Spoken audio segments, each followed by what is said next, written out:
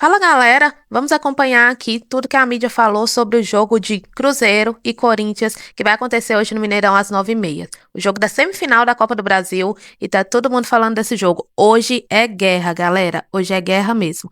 E vamos ver aqui, teve jornalista até cravando que o Cruzeiro leva essa, que o Cruzeiro avança para a final e que o Corinthians não passa do Cruzeiro. Então vem acompanhar comigo o pessoal da Band Esportes, o pessoal do Tempo Esportes e o pessoal do Troca de Passes falando sobre essa partida. Mas antes da gente acompanhar, não se esqueça, já deixa seu like, se inscreve no canal, vem dar esse focinho aqui pra gente, porque aqui no Reage Torcida a gente reage aos melhores momentos do futebol brasileiro e quando se trata de Cruzeiro, aí o coração bate bem mais forte. Agora sim, bora pro vídeo.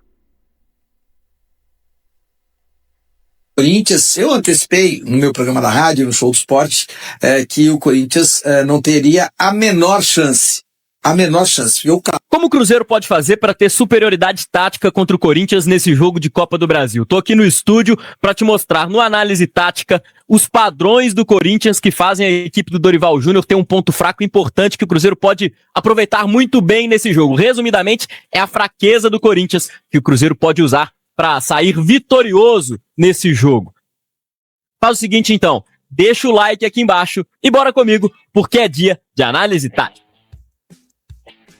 O Corinthians é um time muito inconsistente a temporada toda, ao mesmo tempo que eliminou o Palmeiras na Copa do Brasil, jogando muito bem os dois jogos, perdeu jogos do Campeonato Brasileiro contra times rebaixados, como Juventude e Sport, por exemplo. Essa inconsistência é até difícil para a gente analisar a temporada do Corinthians e encontrar padrões nesse time que o Cruzeiro pode explorar. Mas tem um ponto fraco que o Cruzeiro pode explorar bem, inclusive já explorou no jogo do Campeonato Brasileiro que terminou em 3-0.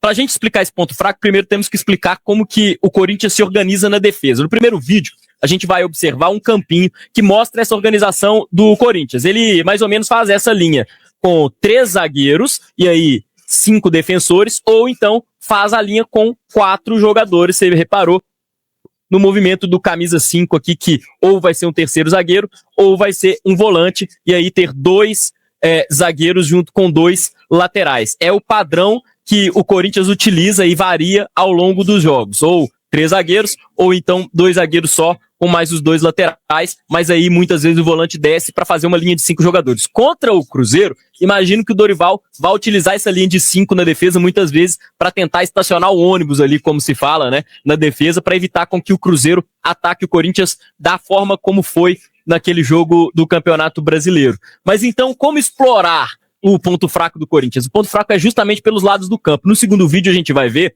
que o Corinthians é um time que, nesses 2 espaços do campinho, ele abre muitos espaços, ele deixa muitos buracos, principalmente pelos jogadores de lado de campo. O Mateuzinho e o Matheus Bidu, laterais do Corinthians, não são jogadores que vão muito bem na defesa. Então, eles perdem muito no mano a mano e o Corinthians acaba dando espaços para o adversário triangular por ali. Por exemplo, temos aqui 3 símbolos, né, simbolizando jogadores do Cruzeiro que podem triangular por aqui, jogadores que acabam ficando livres na área porque na triangulação acaba aproximando outros jogadores do Corinthians e a defesa desmonta todo. Pelos lados do campo, o adversário pode explorar bem o jogo do Corinthians. A gente tem um vídeo agora para exemplificar isso para você, que é o jogo justamente do Campeonato Brasileiro no Mineirão. Repara que eu falei aqui da linha de 5 jogadores, né, que o Corinthians faz muitas vezes, e é isso aqui, ó, o lateral, o Mateuzinho, do outro lado o Matheus Bidu, nesse caso do jogo foi o Hugo. O Corinthians até usa o Angileri, que é um lateral esquerdo mais defensivo, para ajudar esse lado de campo. O Dorival faz isso, para ajudar mais no lado de campo, evitar buracos na defesa. E aí o Corinthians faz essa linha com 5 jogadores e o Cruzeiro vai avançar pelo campo e repara que vai buscar o lado do campo para a triangulação. O Matheus Pereira faz um movimento para criar um triângulo entre jogadores do Cruzeiro que possibilita uma troca de passes rápidos.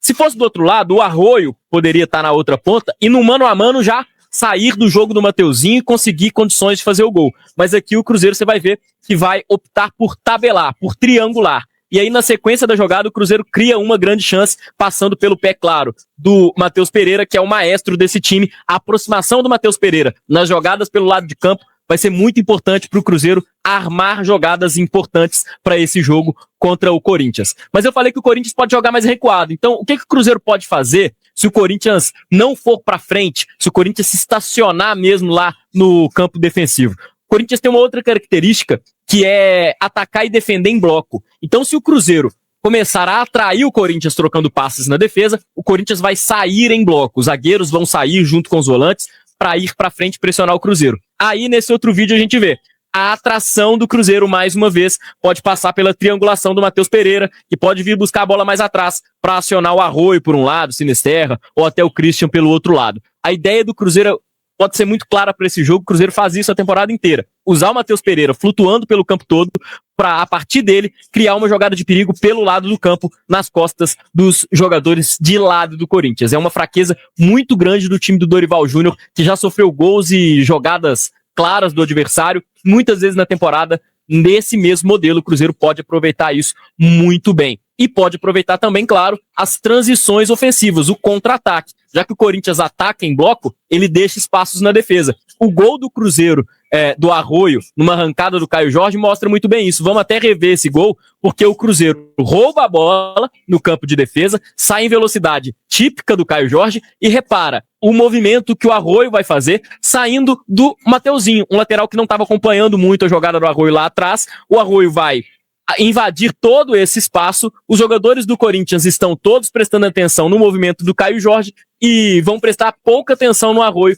que vai furar o bloqueio da zaga do Corinthians, e o Caio Jorge vai poder dar o passe para ele fazer o gol lá no Mineirão. Repara que ele passa sem marcação, o Corinthians apenas assiste esse gol do Cruzeiro. A velocidade do contra-ataque do Cruzeiro é outro ponto que o Cruzeiro vai explorar muito. Sempre pelos lados. Repara que o Arroio saiu pelos lados nesse gol. Repara que no último lance o Cruzeiro consegue construir a jogada pelos lados do campo. É nas costas dos laterais que o Cruzeiro vai conseguir provavelmente criar boas oportunidades contra o Corinthians e pode explorar isso muito bem no jogo. Mas o Cruzeiro é um time melhor. O time não se analisa só pelos integrantes do 11 principal, e sim pelo que aquele grupo de jogadores consegue produzir. E o Cruzeiro joga mais bola. Tem um técnico melhor também. Então, se você olha para todos os pré-requisitos, você vê o Cruzeiro bem à frente do Corinthians. Não é pouco à frente, não. Então, assim, você pega o do goleiro ao ponto esquerdo. O time do Cruzeiro é melhor, é mais equilibrado. Você pega a organização, né, do clube. O clube é mais organizado do que o do Corinthians. O técnico, o Leonardo Jardim, é melhor do que o Dorival Júnior. Então, tudo na bola, o Cruzeiro é favorito no confronto diante do Corinthians. Já que é a intenção do nosso diretor projetar aqui já a rodada de quarta, você está esperando um jogo de ataque contra a defesa? Quer dizer, se fosse no boxe, um ficaria no centro do ringue e outro ficaria nas cordas rodando o tempo todo? Kaká, é o seguinte, esse time do Cruzeiro, embora tenha subido um pouco nesse aspecto durante o Campeonato Brasileiro, não gosta tanto da bola assim. Então é um time que eu acho que vai colocar o Corinthians nas cordas, é uma previsão, pela marcação na saída de bola do adversário.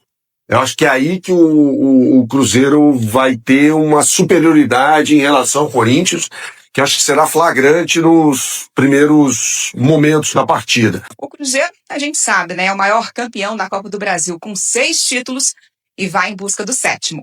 Grande abraço para vocês. Valeu, Bonucci, obrigado pelas informações. A dúvida do Arroio, né, acho que é a única do Cruzeiro. O time do Cruzeiro, né, até disse isso aqui nos outros dias, é um time muito conhecido, já está na ponta da língua do torcedor, todo mundo sabe escalar o Cruzeiro. Antes era com o Wanderson, né? Agora na ponta esquerda com o Arroio nas últimas rodadas e depois da lesão do Arroio, o Sinisterra. Mas se entrou minutos nos últimos jogos, tenho a impressão, né, Alex? Que deva ser ele o escolhido para começar. Deva ser, mas as características são muito parecidas, né? E até em termos produtivos, eles vêm num nível muito parecido. Isso aí tem pequenos ajustes, às vezes, de como marcar um ou outro de time, mas o padrão do Leonardo Jardim com esse Cruzeiro, ele é o mesmo, né, cara?